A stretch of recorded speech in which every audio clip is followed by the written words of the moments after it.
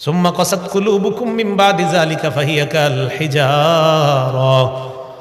এত নিদর্শন দেখাইলাম, মৃতকে আমি জিন্দা বানাইলাম, এরপরেও তোমাদের অন্তরগুলা এত শক্ত নরম হয় না। তোমাদের অন্তরগুলা এরপরেও শক্ত হয়ে গেছে। কেমন শক্ত? কায়াকাল হিজারা, পাথরের মতো শক্ত। ওয়া ইন্না মিনাল হিজারাতি লামা ইয়াতাফাজ্জারু মিনহুল আনহার। আল্লাহ বলেন কিছু পাথর আছে এমন, যেই পাথর থেকে নদী প্রবাহিত হয়ে যায়। ওয়া ইন্না মিনহা লামা ইয়াশাক্কাকু ফায়াখরুজু মিনহুল মা। কিছু পাথর ফেটে যায়, ফেটে সেখান থেকে পানি বের হয়। ওয়া ইন্না মিনহা লামা ইয়াহবিতু মিন খাশিয়াতিল্লাহ। কিছু পাথর আছে এমন, যে পাথর আল্লাহর ভয়ে উপর থেকে নিচে পড়ে যায়। পাথর আমি আল্লাহর ভয়ে কান্না করে পাথর থেকে পানি বের হয়। আমার ভয়ে বান্দা তোমাদের অন্তর থেকে, কলব থেকে পানি আসতে চায় না। পাথরও শক্ত পাথর, এটা নরম হয়ে যায় আমি আল্লাহর ভয়ে। তোমাদের বান্দাদের অন্তর এত কঠিন, পাথরের চেয়ে কঠিন। আল্লাহ কয় আসাদ্দু কাসওয়া, বরং পাথরের চেয়ে আরো কঠিন। প্রথমে বলছে পাথরের মতো কঠিন, এরপরে বলে আর আসাদ্দু কাসওয়া, পাথরের চেয়ে আরো কঠিন।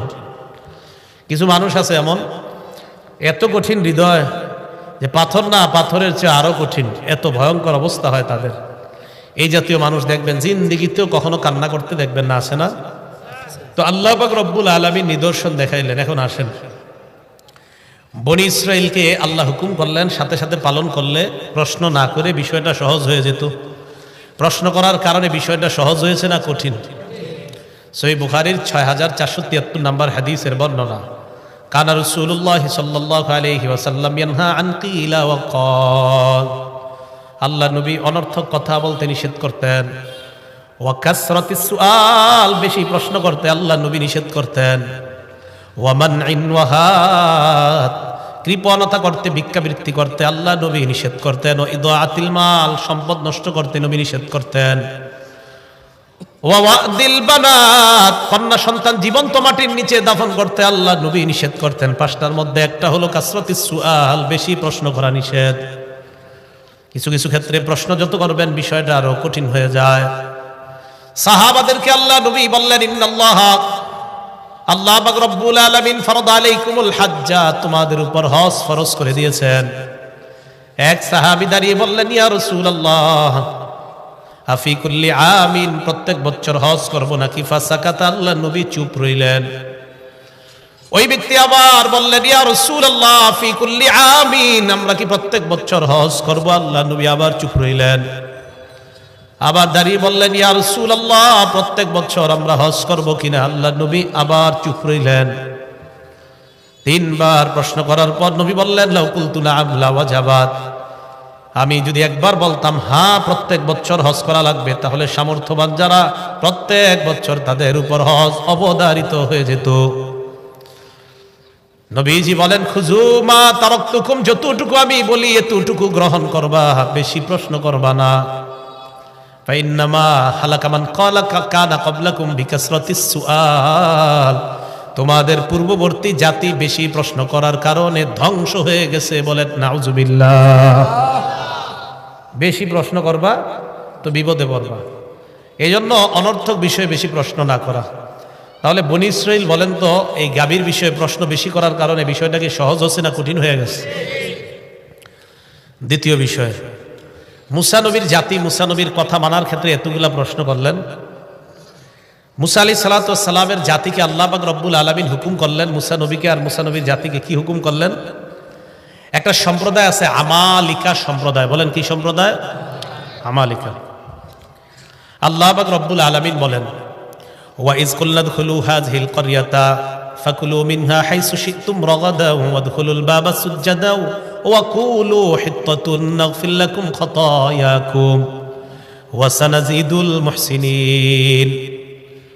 ওই সময়কে স্মরণ করেন, আমি যখন বললাম উদখুলু হাযিহিল ক্বরিয়া, এই এলাকায় তোমরা প্রবেশ করো। কোন এলাকায়? যে এলাকাকে বলা হয় আমালিকা সম্প্রদায়।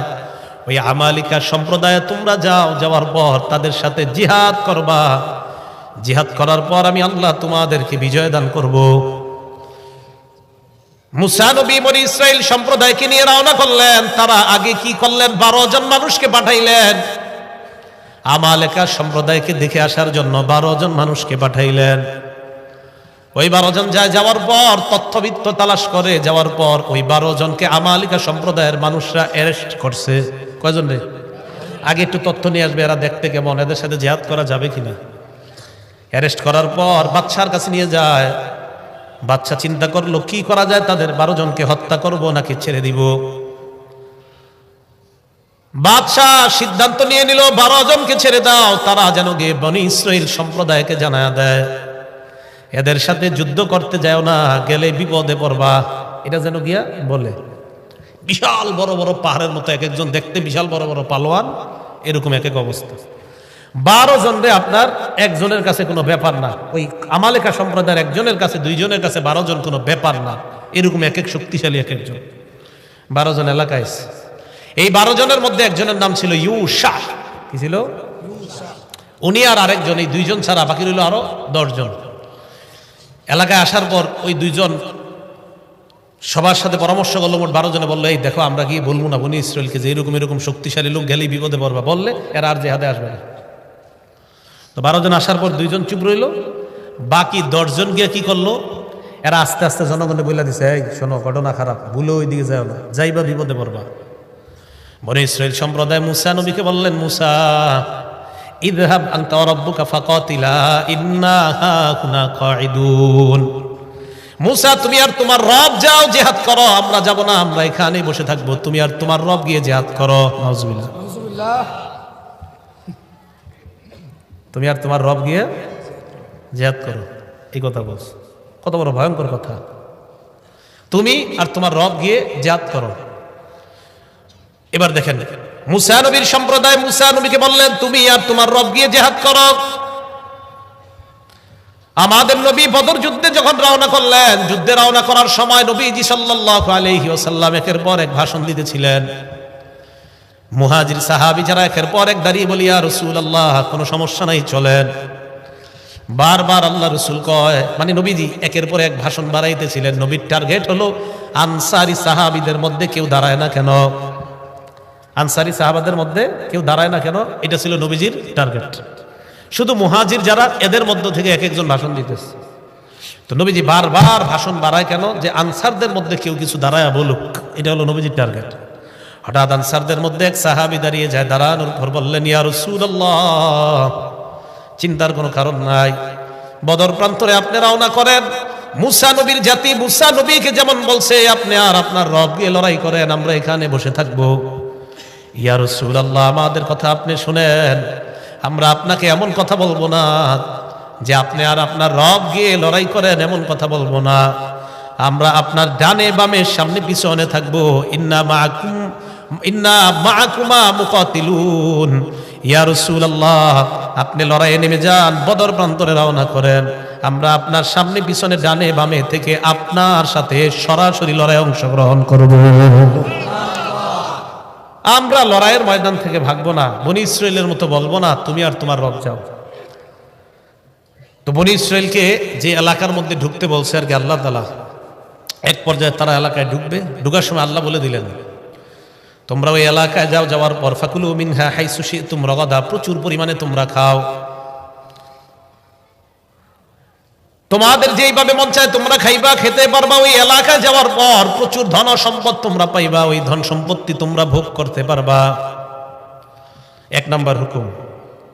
2 নাম্বার ওয়াদখুলুল বাবা সুজ্জাদা, ওই এলাকায় ঢুকার সময় সিজদা অবস্থায় ঢুকবা। 3 নাম্বার কুলু হিত্তা, ওই এলাকা ঢুকার সময় বলবা হিত্তা। হিত্তা মানে আল্লাহ আপনি আমাদেরকে মাফ করে দেন, নাগফির লাকুম আমি আল্লাহ তোমাদেরকে ক্ষমা করে দিব। 1 নাম্বার হুকুম এলাকায় প্রবেশ করো। 2 নাম্বার দরজা দিয়ে সিজদা অবস্থায় প্রবেশ করবা। 3 নাম্বার বলবা হিত্তা, বলেন কি বলবা?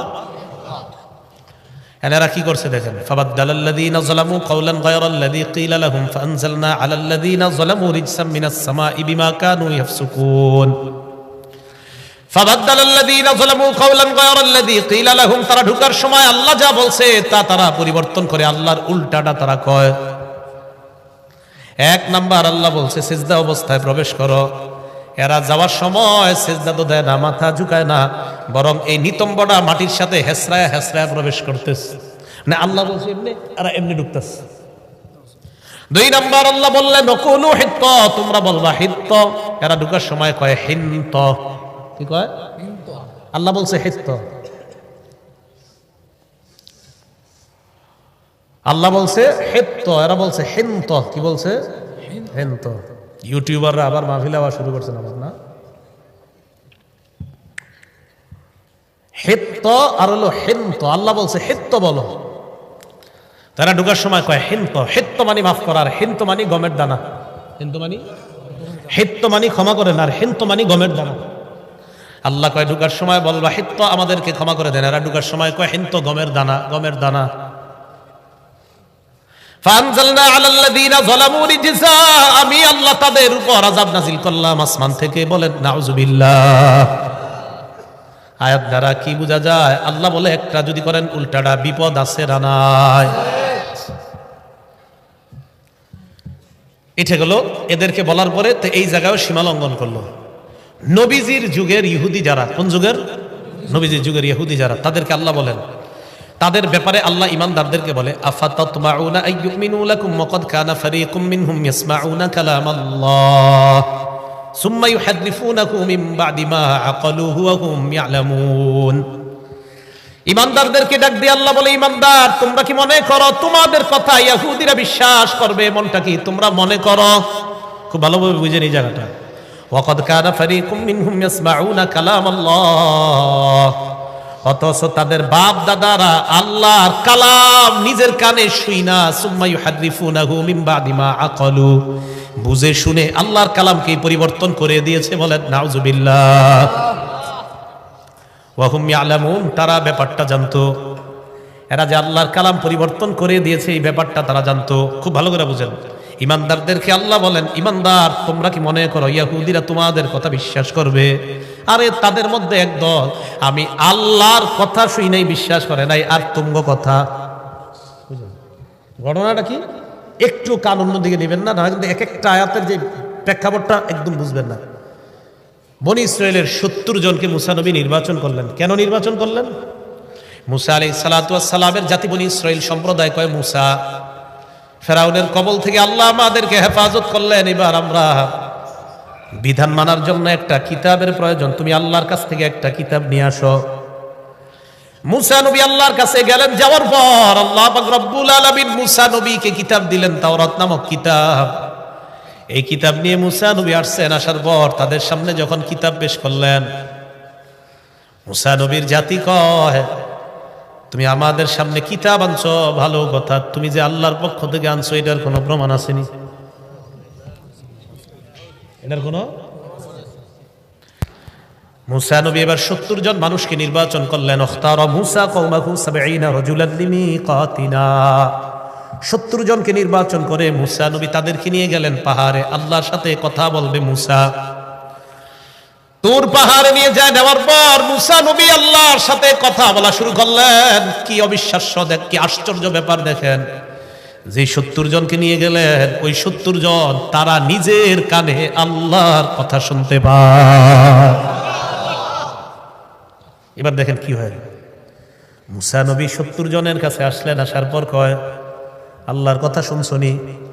কয়, মুসা আল্লাহর কথা তো শুনলাম, লান নুমিনা লাকা হাত্তা নারাল্লাহ জাহরা, সরাসরি যদি আল্লাহরে না দেখি বিশ্বাস করি না। কথা কিন্তু শুনছি, এখনকার সরাসরি না দেখলে বিশ্বাস করবে। ফাআখাযাতকুমুস সাইকা, আল্লাহ বলেন ভয়ঙ্কর চিৎকার তোমাদেরকে পাকড়াও করলো। কাদেরকে? ওই মুসা নবীর যুগের ওই 70 জনকে। ভয়ঙ্কর একটা আওয়াজ আসছে, আসার পর তারা ধ্বংস হয়ে যায়। তো একটু বুঝেন, আল্লাহর কালাম শুনছে, শোনার পর কয় আল্লাহরে না দেখে বিশ্বাস করি না। এবার যখন এই 70 জনের উপর গজব আসছে, তারা যখন মারা যায়, মুসা নবী চিন্তায় পড়ে গেলেন আর বললেন, আল্লাহ বনি ইসরাইল সম্প্রদায়, এদের কাছে যখন আমি যাওয়ার পর যদি এরা দেখে 70 জন নাই, এরা বলবে আমি এদেরকে কৌশলে ফুসলিয়ে টুসলিয়ে কোথাও নিয়ে মারছি। আমি দেখছেন নি মুসা নবীর কি টেনশন এদের জন্য। আল্লাহ এরা বলবে তুমি মনে করে মেরে ফেলছো। আল্লাহ পাক রব্বুল আলামিন বলেন সুম্মা বাআসনাকুম মিন বাদি মাউতিকুম, এই তোমাদের মরণের পর আমি আল্লাহ আবার জিন্দা করলাম। ওটা মেরে লেছে না, আবার জিন্দা করে দিয়েছে। সুবহানাল্লাহ। কেন? ওই যে মুসা নবী বলছে আল্লাহ আমি যদি গিয়ে বলি 70 জন মারা গেছে, এরা বলবে তুমি মারছো। মুসা নবীর এই কথা শুনে আল্লাহ কি করলেন? সুম্মা বাআসনাকুম মিন বাদি মাউতিকুম, মরণের পর আমি আল্লাহ আবার জিন্দা করলাম। তাহলে এখান থেকে একটা শিক্ষা, যে আল্লাহ দুনিয়াতেই মৃত্যু দিয়ে আবার জিন্দা করে দেখাইতে পারেন, এই আল্লাহর কাছে আখেরাতে আমাদেরকে জীবিত করা কোনো ব্যাপার না। আচ্ছা, এবার বুঝে আসছে যে এই 70 জন যে কথা শুনছে, এখন দেখেন কি হচ্ছে।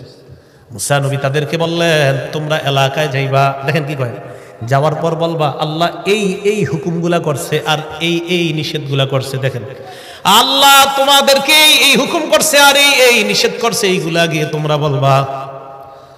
তো কি হয়েছে দেখেন, যখন জাতির কাছে যায়, যাওয়ার পর কয় হুকুমগুলা আর নিষেধগুলারে কয় আল্লাহ এই এই নিষেধ তোমাদেরকে করছে আর এই এই হুকুম করছে, মানে আল্লাহর হুকুমগুলারে কয় নিষেধ, নিষেধগুলারে কয় আদেশ। এই যে আল্লাহ বলেন ওয়াকাদ কানা ফারীকুম মিনহুম ইয়াসমাউনা কালামাল্লাহ, ইহুদিরা তোমাদের কথা বিশ্বাস করবে না, তাদের একদল আমি আল্লাহর কথা শুনছে, শোনার পর সুম্মা ইউহাররিফুনা, আমি আল্লাহর কথাই পরিবর্তন করে দিছি।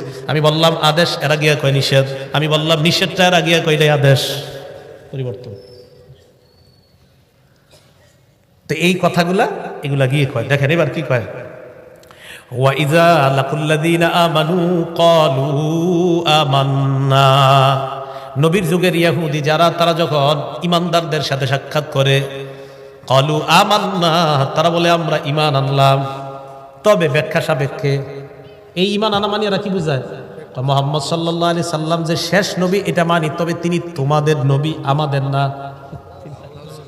আমান্না, তবে তোমাদের নবী আমাদের না। ওয়াইদা খালা বাদুহুম ইলা বাদিন, ইহুদিরা যখন পরস্পর মিলিত হয়, এক ইহুদি আরেকজনকে কয় তুহাদ্দিসুনাকুম বিমা ফাতাহাল্লাহু আলাইকুম লিউহাজ্জুকুম বিহি ইনদা রাব্বিকুম, এই তাওরাত কিতাবে যে আছে শেষ নবী আসবে, আসার পর তারে যে আমরা মানবো, এই কথাগুলা যে তাওরাতে লেখা আছে, এটা কি তোমরা মুসলমানদেরকে বইলা দিছো নি? আবার এক ইহুদি আরেকজনকে কয় তাওরাতে তো আছে মুহাম্মদ সাল্লাল্লাহু আলাইহি সাল্লাম আসবে, আসার পর তারা যে আমরা মান্য করব, এই কথা তাওরাতে লেখা আছে, এটা আবার মুসলমান করে তোমরা বলে দিতেছো কিনা? সাবধান, বইলো না, কিন্তু আল্লাহ করে বলে দিচ্ছে। আরে আল্লাহ না বললে জানলাম কিন্তু এই কথা, এই যে আল্লাহ বলে দিচ্ছেন। এরা এক ইহুদি আরেকজনকে কয় আতুহাদ্দিসুনাকুম বিমা ফাতাহাল্লাহু আলাইকুম, আল্লাহ তাওরাতের মধ্যে যা তোমাদের কাছে প্রকাশ করে দিয়েছেন, এটা কি আবার মুসলমানদেরকে বলে দাও কিনা? তা আল্লাহ আমাদেরকে এগুলা বলে দিছে। ইহুদি একজন আরেকজনকে কয় সাবধান, তাওরাতে যে লেখা আছে মুহাম্মদ সাল্লাল্লাহু আলাইহি সাল্লাম নামে একজন নবী আসবে, আর আমরা যে তার অনুসরণ করব, এটা মুসলমান করে বইলো না।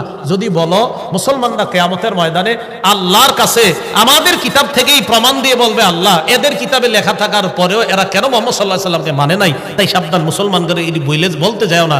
আল্লাহ কয় তোমরা না বললে কি হবে, আমি আল্লাহ কোরআনের মাধ্যমে সারা দুনিয়ার মুসলমানদেরকে জানাই দিলাম। সুবহানাল্লাহ।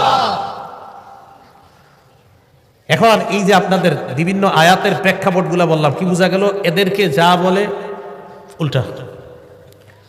মুসা আলাইহিস সালাতু ওয়াস সালাম বললেন চলো লড়াই করি, কয় তুমি আর তোমার রব যাও।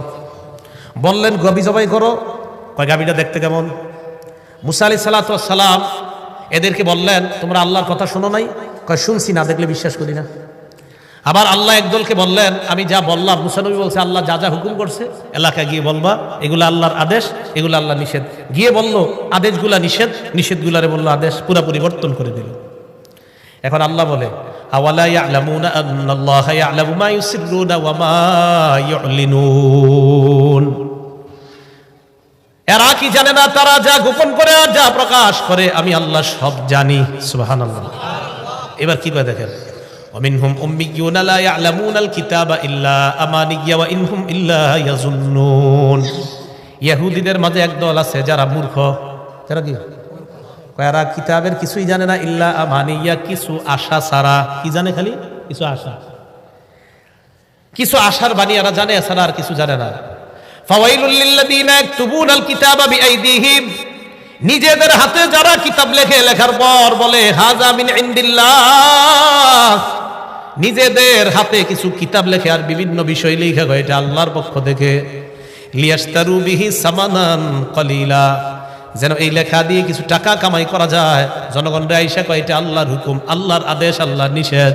ভালো করে মনে রাখবেন, আমি আপনি এই যে এই জায়গার মধ্যে বসলাম, আমাদের অনেকেই মাইকের সামনে বসে এটাও বলতে পারে এটা আল্লাহর কথা, এটা নবীর কথা। কিন্তু যদি আল্লাহ না বলে থাকে আর নবী না বলে থাকে, আপনি মিথ্যা কথা বললেন। কি বললেন? মিথ্যা কথা বললেন। এবার ইহুদিরা সর্বশেষ কি কয় দেখেন, নবীজির যুগের মুমিনদেরকে, ওয়াকালু লান তামাসসানান নারু ইল্লা আইয়ামাম মাদুদা। ইহুদিরা কয়, মুমিন তোমরা যে বলো মুহাম্মদ সাল্লাল্লাহু আলাইহি সাল্লামকে না মানলে যে জাহান্নামে যেতে হবে, হ্যাঁ আমরা জাহান্নামে যাব, তবে কিছুদিন থাকবো। কয়দিন? গনে গনে কয়েকদিন জাহান্নামে থাকবো, বাস, এর চেয়ে বেশি থাকা লাগবে না। আইয়ামাম মাদুদার এক নাম্বার ব্যাখ্যা হলো তারা ইয়াহুদীদের ব্যাখ্যা। আব্দুল্লাহ ইবনে আব্বাস কয় ইয়াহুদীদের ব্যাখ্যা হলো তারা মনে করে তারা জাহান্নামে থাকবে 7 দিন। কয়দিন? ইয়াহুদীদের বক্তব্য হলো দুনিয়ার বয়স হবে 7000 বছর, প্রতি 1000-এ একদিন তারা জাহান্নামে জ্বলবে। 7000 বছরের মোকাবেলায় তারা 7 দিন জাহান্নামে জ্বলবে। এটাই তারা বলে ওয়াকালু লান তামাসসানান নারু ইল্লা আইয়ামাম মাদুদা। জাহান্নামের আগুন আমাদেরকে স্পর্শ করবে না, তবে করবে কিছুদিনের জন্য। এই কিছুদিনের এক নাম্বার ব্যাখ্যা হলো 7 দিন। এটা তাদের বক্তব্য। 2, ইহুদিদের বক্তব্য হলো কিছুদিন জাহান্নামে থাকবো মানে হলো 40 দিন। কয়দিন? 40 দিন থাকার পর আমরা বের হয়ে যাব, এরপর অন্য জনেরা যাবে। এই অন্য জন দ্বারা উদ্দেশ্য হলো নবীর সাহাবারা। এরা 40 দিন থাকবে জাহান্নামে, বের হয়ে যাবে, এরপর সাহাবারা ঢুকবে। এটা তাদের বক্তব্য। 3 নাম্বার বক্তব্য ইয়াহুদীদের, এই কিছুদিন দ্বারা উদ্দেশ্য হলো আমরা যে বাসুর পূজা করছিলাম কয়েকদিন, এই কিছুদিন আমরা জাহান্নামে থাকবো, এর চাইতে বেশি জাহান্নামে থাকবো না। যতদিন বাসুর পূজা করছিলাম এই পরিমাণ জাহান্নামে থাকবো। কি বাসুর পূজা? মুসা নবী যখন আল্লাহর কাছে তাওরাত কিতাব আনতে গেছে, তাওরাত কিতাব আনতে যাওয়ার পর বনী ইসরাইল সম্প্রদায়ের এক ব্যক্তির, তার নাম সামিরি। কি নাম? এই সামিরি কি করলো, জনগণের কাছ থেকে স্বর্ণ টর্ণ ইত্যাদি জমা কইরা একটা গাভীর বাছুর, বকরি, একটা গরুর বাছুর বানাইছে। বাছুর বানানোর পর ওইটার ভিতরে আপনার জিবরিল আমিন এই সামিরিকে লালন পালন করার জন্য যেই বাহনের উপর চড়ে দুনিয়াতে আসছিল, এটা যেখানে পা ফেলাইতো সেখানে ঘাস উঠে যাইতো, সে ওই জায়গা থেকে একটু মাটি রেখে দিয়েছিল। এই মাটি ওই স্বর্ণ দিয়ে বানানো গাভীর ওই যে বাছুর আছে ওইটার মুখের মধ্যে দিছে, লাহু খুয়ার, ওইটা হাম্বা হাম্বা শুরু করছে। তো যখন হাম্বা হাম্বা শুরু করছে, বনী ইসরাইল মনে হয় এটাই খোদা, এটাই খোদা। তখন তারা কি শুরু করলো? এই বাছুরের পূজা শুরু করছে। মুসা আলাইহিস সালাতু ওয়াস সালাম তাওরাত কিতাব নিয়ে আসছে, আসার পর দেখে তারা বাছুর পূজা করে। আল্লাহ পাক রব্বুল আলামিন বলেন, ওয়াইদ ক্বালা মুসা লিকওমিহি ইয়া কওমি ইন্নাকুম যালামতুম আনফুসাকুম বিত্তিখাযিকুমুল ইজলা। স্মরণ করো ওই সময়কে যখন মুসা নবী তোমাদেরকে বললেন তোমরা নিজেদের উপর জুলুম করলা বাছুর পূজার মাধ্যমে। এই কাজ তুমি কেন করলা, তোমরা কেন করলা? 16 নম্বর পারা আছে, হারুন নবীর দাড়িতে ধরছে, মাথার চুলের মধ্যে ধরছে। হারুন নবী কয় ইবনা উমলা তাখুজ বিলিহিয়াতি ওয়ালা বিরাসি, আমার দাড়ি ধরবেন না, আমার চুলেও ধরবা না। মুসা নবী বললেন তাহলে কি? হারুন নবী বললেন সব দোষ এই সামিরি। সামিরি গাভীর বাচ্চা বানাইছে, বাছুর বানাইছে, বানানোর পর এটার ভিতরে কি জানি দেওয়ার পর হাম্বা হাম্বা শুরু করছে।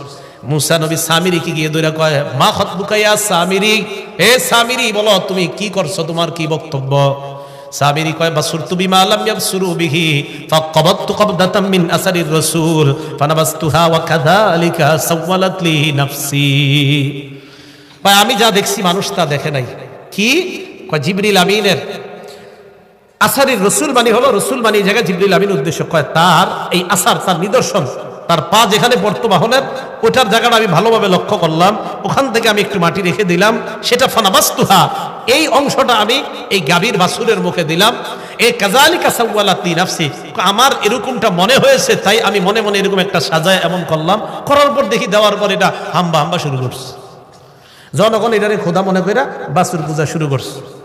মুসা আলাইহিস সালাতু ওয়াস সালাম বললেন আজকে থেকে তোর শাস্তি হলো লা মিসাস, যতদিন বাঁচবি খালি বলবি লা মিসাস, লা মিসাস, আমারে কেউ ধরবা না, আমারে কেউ ধরবা না। এই সামিরি এলাকায় ঘুরতো আর বলতো লা মিসাস, লা মিসাস, আমারে কেউ ধরবা না। এটা রোগ হয়ে গেছে, লা মিসাস, লা মিসাস। এখন দেখেন এই যে বাছুর পূজাটা করলো, বাছুর পূজা, এই বাছুর পূজা এরা যতদিন করছে, এরা কয় আমরা জাহান্নামে, বাছুর পূজা যতদিন করছি ততদিন আমরা জাহান্নামে থাকবো, এর চাইতে বেশি পরিমাণ জাহান্নামে আমরা জ্বলবো না। এটা তাদের বক্তব্য। এখন আপনারা বলেন, আপনাদের কাছে জানতে চাই, আমরা কি এক নবীরই শুধু বিশ্বাস করি না দুনিয়ার সব নবীরই বিশ্বাস করি? বিশ্বাস করি। তো বনি ইসরাঈল ইহুদি সম্প্রদায়, নবীজির যুগের ইহুদি সম্প্রদায় যারা, তারা মুসা নবীরে নবী মানে, আমাদের নবীরে আমাদের নবী মানে, কিন্তু তাদের নবী না। কথাটা বুঝছেন? তিনি তোমাদের নবী, তিনি শেষ নবী, বাকি তোমাদের, আমাদের না। এবং তারা এই বিশ্বাস নিয়ে জান্নাতে যেতে চায়। বলেন আমাদের নবীজিরে না মানছে আর তিনি জান্নাতে যাবে, এটা কি সম্ভব? কখনো অসম্ভব। এটা জান্নাতে যাওয়া কঠিনকালেও সম্ভব না। তো এখান থেকে আমাদের শিক্ষা হলো, আমরা পৃথিবীর সব নবীরে বিশ্বাস করি। আরেকটা বিষয়, হুকুম পালনের ক্ষেত্রে সীমা লঙ্ঘন করা যাবে না। বলেন হুকুম পালনের ক্ষেত্রে কি করা যাবে না? সীমা লঙ্ঘন করা যাবে না। যদি সীমা লঙ্ঘন করেন, আল্লাহ চাইলে বানর আর শূকরে পরিণত করে দিতে পারেন। বানর আর শূকর। আল্লাহ বলেন, ওয়ালাকাদ আলিমতুমুল্লাযীনা আতাদাউ মিনকুম ফিস সাবতি ফাকুলনা লাহুম কুনু কিরাদাতান খাসিঈন। দাউদ নবীর জামানায় তোমরা সীমা লঙ্ঘন করেছিলে। ইহুদি সম্প্রদায় এমন সীমা লঙ্ঘন করছে, আল্লাহ পাক রব্বুল আলামিন তাদেরকে বললেন, লা তাদু ফিস সাব, শনিবারের ব্যাপারে তোমরা সীমা লঙ্ঘন করবা না। আল্লাহ বলে দিলেন, শনিবারে তোমরা সীমা লঙ্ঘন করবা না। মাছ ধরা আমি আল্লাহ নিষেধ করে দিলাম। এদের মধ্যে দুই দল হয়ে যায়। এক দল কয়, আল্লাহ যেহেতু শনিবারে মাছ ধরতে নিষেধ করেছে আমরা ধরবো না। আরেক দল কয়, আল্লাহ নিষেধ করছে শনিবারে মাছ ধরতে, কিন্তু আটকাইতে তো নিষেধ করে নাই। কি করতে? এনারা কি করছে? দেশ গ্রামে আপনারা মাছ আটকানোর জন্য কত কিছু বানান না, এরকম বানাইছে। কেন? আমরা ধরবো না শনিবারে, কিন্তু শনিবারে প্রচুর মাছ আপনার নদীর কিনারা এসে লাফায় লাফায় উপরে ওঠে, কিন্তু আল্লাহ নিষেধ, শনিবারে মাছ ধরা যাবে না। এরা কি করে? এমন এমন জিনিস বানাইছে যেন মাছগুলা লাফায় লাফায় ওই জায়গায় আটকায় যায়, এরা রবিবারে ধরবে। কিবারে? এটা আল্লাহর হুকুম পালনের ক্ষেত্রে এটা ফাইজলামি না? আল্লাহ বলছে শনিবারে মাছ ধরবে। এরা সীমা লঙ্ঘন করলো, শনিবারে মাছগুলাই বিভিন্ন কৌশলে তারা আটকায়, অন্য দিন গিয়ে মাছ ধরে। আল্লাহ বলেন, ফাকুলনা লাহুম কুনু কিরাদাতান খাসিঈন, আমি আল্লাহ তাদেরকে হুকুম করলাম বানর আর শূকর যেন হয়ে যায়। এরা বানরে পরিণত হওয়ার পর আত্মীয় স্বজনের কাছে আসতো, আসার পর বানরের রূপে আসতো, কিন্তু কথা বলতে পারতো, আইসা কথা বলতো, ইত্যাদি বলতো, কিন্তু দেখতে বানর, দেখতে বানর। সাহাবারা প্রশ্ন করলেন, ইয়া রাসূলুল্লাহ, এই বানর থেকে কি দুনিয়াতে বানর? নবীজি বললেন, না না, এই বানর থেকে দুনিয়াতে বানর না। বুঝলেন ডারউইনের মতবাদ, যে এইভাবে মানুষ থেকে বানর হয়েছে, আস্তে আস্তে আস্তে আস্তে এরা মানে উল্টা পাল্টা কথা কয়, বানর থেকে মানুষ ইত্যাদি কয়। নবীজি বলে, না, বানর আগে থেকেই ছিল। বলেন কি? বানর আগে থেকেই ছিল। এরপরে রাসূল সাল্লাল্লাহু আলাইহি ওয়াসাল্লাম বলেন, কোন জাতিকে আল্লাহ যখন বিভিন্ন গজব দেয়, ওই গজবটাই আল্লাহ বিলীন করে দেয়। যেহেতু তাদেরকে বানর বানাইছে আল্লাহ, ওই বংশগুলারে আল্লাহ বিলীন করে দিয়েছে। তাই দুনিয়ার বর্তমান যে বানর, এটা যে ওই বানর হতে হবে এটা না। বানর আল্লাহ আগেই সৃষ্টি করেছেন, কিন্তু ওই বানর যাদেরকে আল্লাহ বানাইছে, এটা হলো আল্লাহর পক্ষ থেকে গজব। এক বানর তো আল্লাহর সৃষ্টি বানর, একটা বানর তো আল্লাহর সৃষ্টি, এটা না। কোন মানুষকে বানর বানানো মানে এটা তার উপরে গজব। ওই গজব যাদেরকে দিয়ে আল্লাহ বানর বা শূকর বানায়, এদেরকে আল্লাহ ধ্বংস করে দেয়, এদেরকে দুনিয়াতে রাখে না। তাহলে এর শেষে কি জানলাম? আল্লাহর হুকুম পালনের ক্ষেত্রে সীমা লঙ্ঘন করা যাবে না। আল্লাহ যেটা বলছে এটা সুন্দরভাবে মেনে নেওয়া। কি করা যাবে না বলেন তো? সীমা লঙ্ঘন করা যাবে না। যেমন রাসূল সাল্লাল্লাহু আলাইহি সাল্লাম বলছেন, ইয়া আলী লা তুতবি'ন নজরাতা আলী, একবার নজর পড়ে যাওয়ার পর দ্বিতীয়বার আর নজর দিবা না। এবার আমাদের যুবকরা এটা বুঝছে কিভাবে? দেখেন, কয় হুজুর প্রথমবার যদি দীর্ঘ সময় তাকায় থাকি হবে নি, মানে একটা নারীকে রাসূল বললেন একবার নজর পড়ে যাওয়ার পর দ্বিতীয়বার আর নজর দিবা না। এখন দেখেন সীমা লঙ্ঘন কারে কয়? হুজুর একবারই যদি আধা ঘন্টা চায় থাকি, দ্বিতীয়বার আর তাকাইলাম না, এটা সীমা লঙ্ঘন। এটা সীমা লঙ্ঘন না। হুকুম পালনে সীমা লঙ্ঘন করা যাবে না, যে বিষয়টা বুঝাইতে চাইলাম। প্রথমে দেখেন প্রশ্নের কারণে ঝামেলা বাড়লো, এরপরে আল্লাহ হুকুম দিলেন একের পরে একটা। এরা শুধু উল্টাটা করে সীমা লঙ্ঘন করতেছে, আর বারবার তাদের উপরে আযাব আসতেছে। এইগুলো আল্লাহ আমাদেরকে কেন জানাইলেন? যে আমি আল্লাহ সীমা লঙ্ঘন করার কারণে বান্দাদেরকে গজব দিতে পারি, আমি আল্লাহ এখনো আছি। তাই সাবধান, তোমরাও যতদিন দুনিয়াতে বেঁচে আছো, সীমা লঙ্ঘন যদি করো, তাহলে আমি আল্লাহর গজব কিন্তু এখনো তোমাদের উপর আসতে পারে। কারণ আল্লাহ আমাদেরকে গজব দেওয়াটা এটা আল্লাহর কাছে কোনো ব্যাপার না। তাহলে সীমা লঙ্ঘন করা যাবে না। ক্বালা রাসূলুল্লাহ সাল্লাল্লাহু আলাইহি ওয়াসাল্লাম, নবীজি সাল্লাল্লাহু আলাইহি ওয়াসাল্লাম বলেন, মা মিন রাজুলিন ফি কওমিন ইউমালু ফীহিম বিল মাআসি ইয়াকদিরুনা আলা আন ইউগাইয়িরু ফালা ইউগাইয়িরু আলাইহি ইল্লা আসাবাহুমুল্লাহু বিআযাবিন মিন ক্বাবলি আন ইয়ামুতু। নবীজি বলেন, আপনি কোন এলাকার মধ্যে আছেন, ওই এলাকায় যদি আপনি অন্যায় দেখেন, সীমা লঙ্ঘন দেখেন, আল্লাহর হুকুম পালন করার ক্ষেত্রে মানুষ শুধু উল্টাপাল্টা যদি দেখেন, দেখার পরেও যদি আপনি বাধা না দেন, আবার দেখার পরেও যদি আপনি বাধা না দেন, নবীজি বলেন মরণের আগে এমন গজব আসবে আপনার উপর, আল্লাহ মরণের আগে কোনো না কোনো শাস্তি আপনাকে দিবেনি, কোনো না কোনো শাস্তিতে পড়ে যাবেন। এলাকার মধ্যে দেখবেন আল্লাহ বলছে সুদ খাওয়া হারাম, এরপরেও যারা খায় আর বলে সুদ আর ব্যবসায় করে। একটা হলো সুদ হারাম, হারাম মানে কিছু মানুষ, এরপরেও খায়, সুদরে হারাম মাইনা এরপরেও খায়, এটা একটা বিষয়, বেচারা দোয়া করে ফিরে আসবে। আরেক দলের লোক হয় না আন্তাজি, সব জিনিস কি আর সুদ নি বাদ ধরে, তারপরে কি করে বিভিন্ন সুরতে সুদ খায়, বিভিন্ন সুরতে। তো বিভিন্ন সুরতে যে সুদ খায় এও জানে যে এটা সুদ, কিন্তু মানুষে বুঝাইতে চায় আমি কি ওইভাবে খাইছি না, আমি তো ওইভাবে খাইছি। তো এটা কিন্তু আল্লাহর হুকুমের সাথে সীমালঙ্ঘন।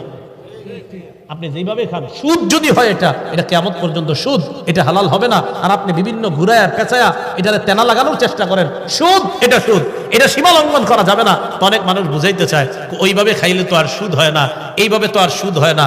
এটা কিন্তু আল্লাহর হুকুমের সাথে সীমা লঙ্ঘন করা। কিভাবে? যদি ডিপোজিট করি, হ্যাঁ আসেনি এরকম, হ্যাঁ। এই যে বিভিন্ন জিনিস বিভিন্ন জায়গায় আপনাদেরকে বিভিন্ন আশা টাশা ইত্যাদি দিয়ে নির্দিষ্ট একটা লভ্যাংশ আপনাদেরকে বলা হয়, আর নির্দিষ্ট লভ্যাংশের বিনিময়ে টাকাটা নেওয়া হয়। নির্দিষ্ট লাভ এখানে পুরাপুরি একদম ধার্য করে দেয় যে তুমি বছর শেষে 3000 পাইবা, বছর শেষে 6000 পাইবা। এটা পুরো সুদ, সম্পূর্ণ সুদ, সুদ। এরপরে আরেকটা সুরত বলে কয় ভাই মুজারাবা। মুজারাবা মানে একজনের মাল আরেকজনের শ্রম, একজনের টাকা আরেকজনের শ্রম দিবে। তো এটার বিনিময়ে এটার বিনিময়ে লাভ নেই। কেন? লস হইলে কি এটা দুইজন নেননি? কয় না না, লস হইলে তো দুইজন নেন না, তো এটারে ব্যবসা পেয়েছি। ব্যবসায় লাভ লস দুজনের পক্ষে কথা থাকতে হবে। লাভ লস হলে লাভ হলে দুজনের, লস হলে দুজনের। ও মা, শুধু লস একদল ভোগ করবে, লাভ আরেক দল ভোগ করে। লস হলে জানি না, তোমারে চিনি না, এটা কেমন না? লাভ লস দুটোটার ভাগিদার নিলে এরপরে তো অনেকে বুঝায়, বিভিন্ন ইসলামী নাম দিয়ে বুঝায়, হ্যাঁ আমরা তো ব্যবসার মাধ্যমে লভ্যাংশ দেই। পাল্টা প্রশ্ন করবেন, যদি এখানে লস খাই তাহলে কি আমি খাবো না আপনারাও খাবেন? তখন বলবে শুধু তুমি খাবে, আমরা না। হলো না, লস দুই পক্ষ খেতে হবে। লস দুই পক্ষ যদি হয়, লাভ দুই পক্ষ হয়, তাহলে এটা সুদ মুক্ত হবে। তো যে বিষয়টা বুঝাইতে চাইলাম, আল্লাহর হুকুম পালন করার ক্ষেত্রে আমরা কখনোই সীমালঙ্ঘন করব না। আল্লাহ পাক রব্বুল আলামিন আমাদের সকলকে যে কথাগুলো শুনলাম বললাম এর উপর যেন আমরা আমল করতে পারি, আল্লাহ তৌফিক দান করেন।